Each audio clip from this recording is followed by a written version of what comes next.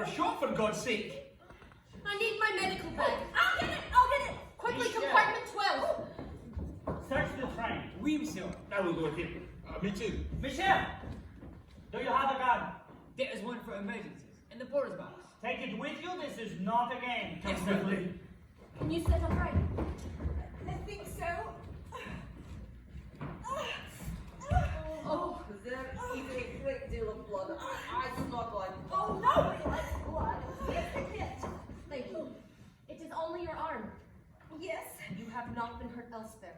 No. Do not be alarmed. I am merely cutting the sleeve of your blouse so I can have a better look. I cannot watch.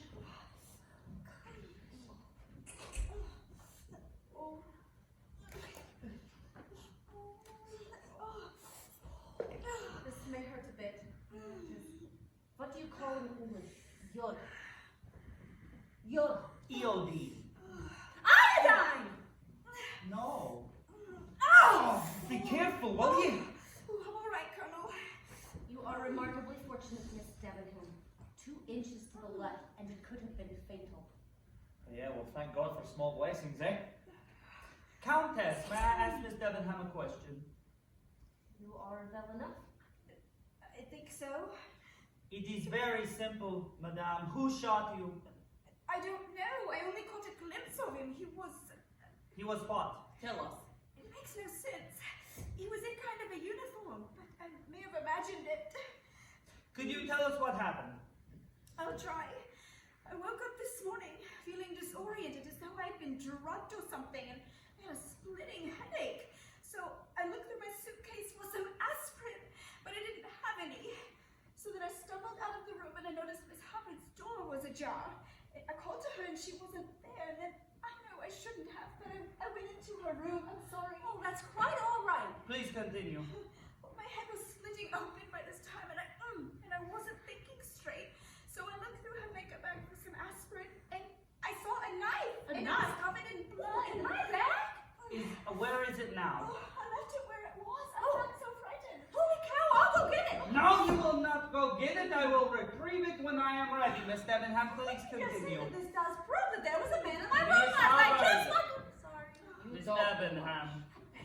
I was so frightened, I must have backed into Mr. Ratchet's room, and then I turned and I saw the body on the bed with the blood and the wounds, and I screamed. And then I saw a man and a gun, and it's all I remember. That is all right.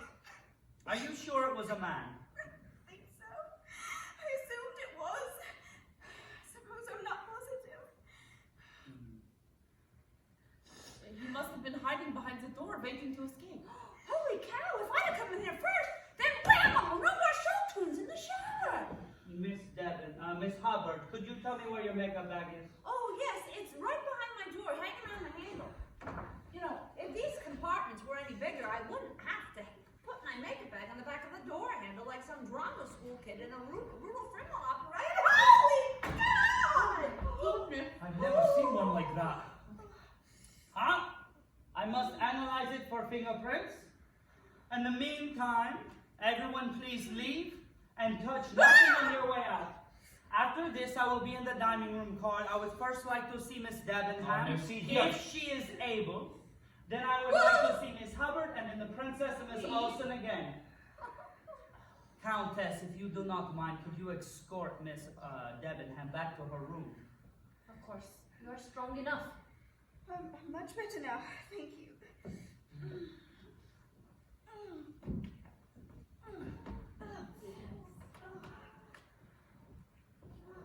Now, Poirot, Miss Debenham's been through enough stress tonight. Suggest you don't give her any more. I will keep that in mind, Colonel. I hope you solve all this very quickly, monsieur. I'm not afraid of dying, but I would rather not speed up the process. You are not the only anxious one on this train, madame. So this company on the grounds of sheer anxiety.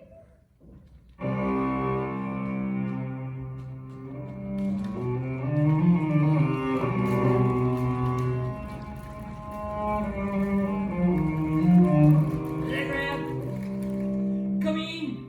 We have an emergency! Zagreb! We cannot reach Belgrade, and we have 20 miles from the nearest town. Ugh.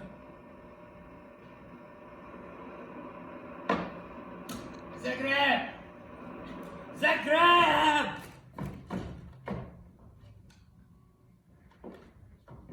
Oh, shit.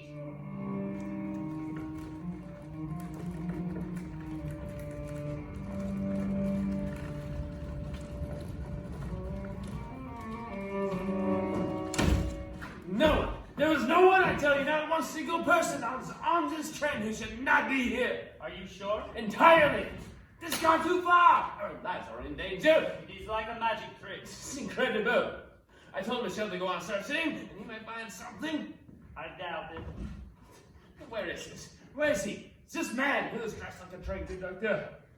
That is the question. I do not know. Every time I find a piece of the puzzle, there is a suspect with an alibi. First, there is the colonel.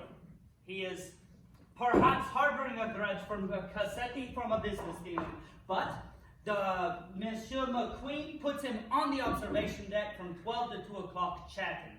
Then there's Miss Olsen. She is strange. There's something not quite right about her, and yet she swears that she and Miss Debenham were in their room all night long chatting. And then there is the princess and Miss Hubbard, and now Miss Debenham is shot, and I am out of suspects. I do not drink. Now, Poirot, what brought Miss Debenham as you requested? What do you want with her? I simply wish to ask a few questions. You may go. I beg your pardon? You are not needed for this.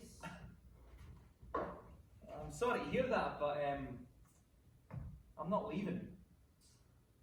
I'm sorry also because you are. Now listen here, you little Frenchman. Yes, Belgium. I don't care if he's a man in the moon. I'm not leaving. It's all right, James. Honestly, I'm sure it won't take long. She is quite right, monsieur. I need a mere 10 minutes. I don't like this. Understand that? You can put that in your beer shop for pipe and smoke it. And we're Sherlock Holmes! Shut up, you gypsy bastard! Madame, if you would please sit. Is there much pain? Well, it's rather sore, that's all. Let us all be grateful it is not worse. Oh, thank God. Now, Miss Debenham, yesterday at the hotel, I overheard you speaking with the colonel, and you said you were terrified you would miss the train. Could you tell me why it was so important to you? It wasn't that at all. I didn't want to be late. I am sorry, but I heard you say that you wished it were all behind you, that it were all over with. What did you wish was behind you? You seem quite agitated. I'm afraid you're reading into it. I'm tremendously punctual, that's all. Pardon, it is my profession. I am sometimes too imaginative. So you and the colonel are quite close, I take it. Well, we only met a few days ago. I suppose we rather hit it off. And you are aware that the dead man's name was Bruno Cassetti? I've heard. And what did you know of the kidnapping? Not much, I'm afraid. I've never been to the States. And why were you in Istanbul? I lived with the family for about a year. I'm a governess. Ah. And finally, may I ask, where were your whereabouts last night between 12 and 2 o'clock? I was in my room with Miss Olsen. We chatted until quite late. You see, she talks quite a bit, especially when she's anxious, and I may have dozed off for a few moments. I see. May I go? Yes, yes you may. Oh, there is one more thing. I would like to ask you. If you would be so kind, could you sign your name? All right. It's a good thing I'm left-handed. I'd have trouble signing with my right at the moment. Merci. Get some rest. On behalf of the company, I will send a bottle of champagne straight to your room. Oh, thank you so much. If there's anything that I may do for you, just let me know. Goodbye. Goodbye. Thank God that she was not. Can you imagine if she would have died? Thank goodness she's such a lovely young woman. She is more than lovely, she is a complete liar. Mrs. Debenham? She says that she barely knows the Colonel, yet they are clearly intimate. But she was shot.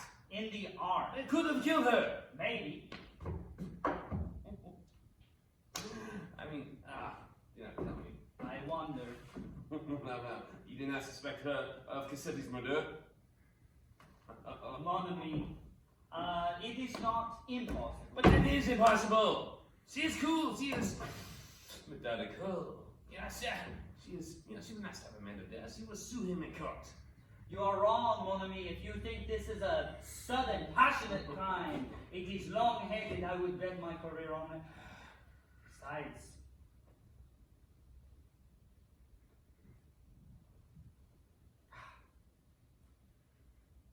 observe. The search leave a black, so what? Yes, but upon closer investigation, you can see a powder burn. Which means? That the gun was very close to the sleeve when it went off. So what? He was 2 feet away. Pardon, messieurs. And? Huh? I have finished the search. And? Nothing. There is no sign of an intruder anywhere. If you would like, I can show you. No, that would be quite all right. Would you be so kind as to remove your tunic, please?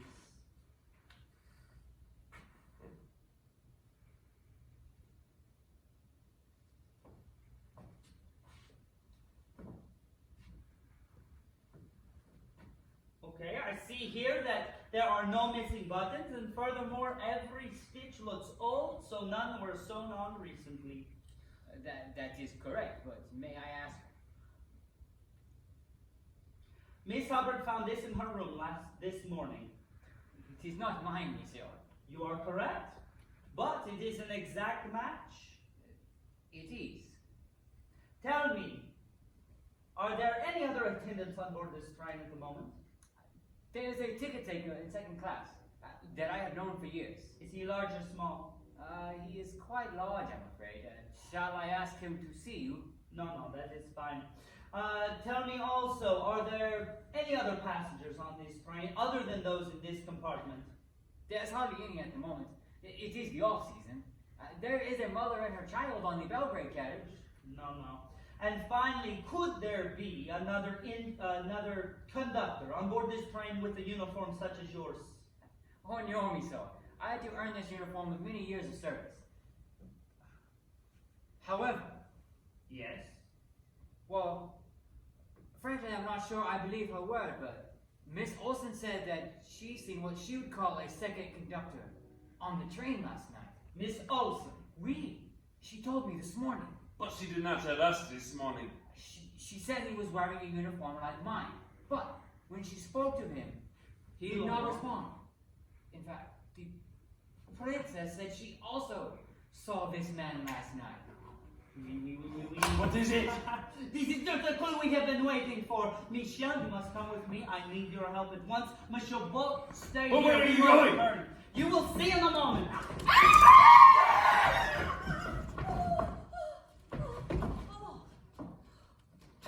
Madame, excuse us. We will return. I thought you wanted to question me. I do. We will be right back. Well, that was exciting. As if we needed any more excitement around here. Now, listen, I want my passport back. I mean, what if there's another shooting and we have to make a run for it? Can you imagine me wandering through Yugoslavia without my passport? They'd shoot me on sight and ask questions later. Who are you? Well, I'm Mrs. Helen Hubbard from the Hackensack Golf and Racket. Wham! No more mahjong! Oh. Madame, you have been very patient, and I completely am very grateful.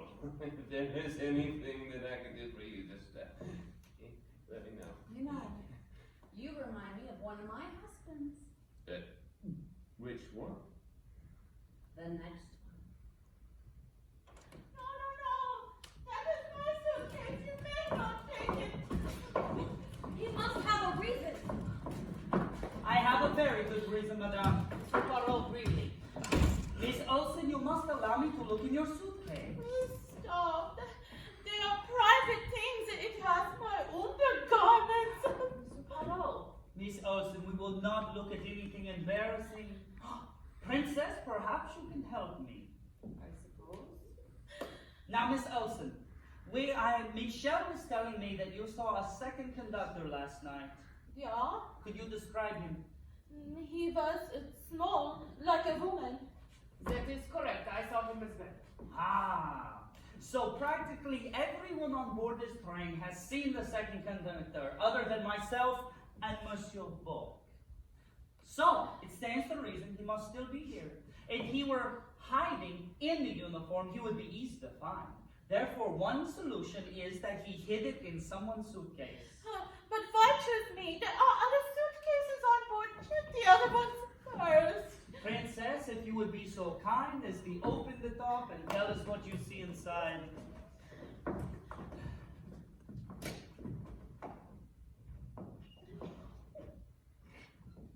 It is the uniform. Oh, I have never seen it before. I would like no one ever could do such a thing. I'm not a murderer. Now, mademoiselle, no one is accusing you of anything. You are innocent. I did nothing wrong.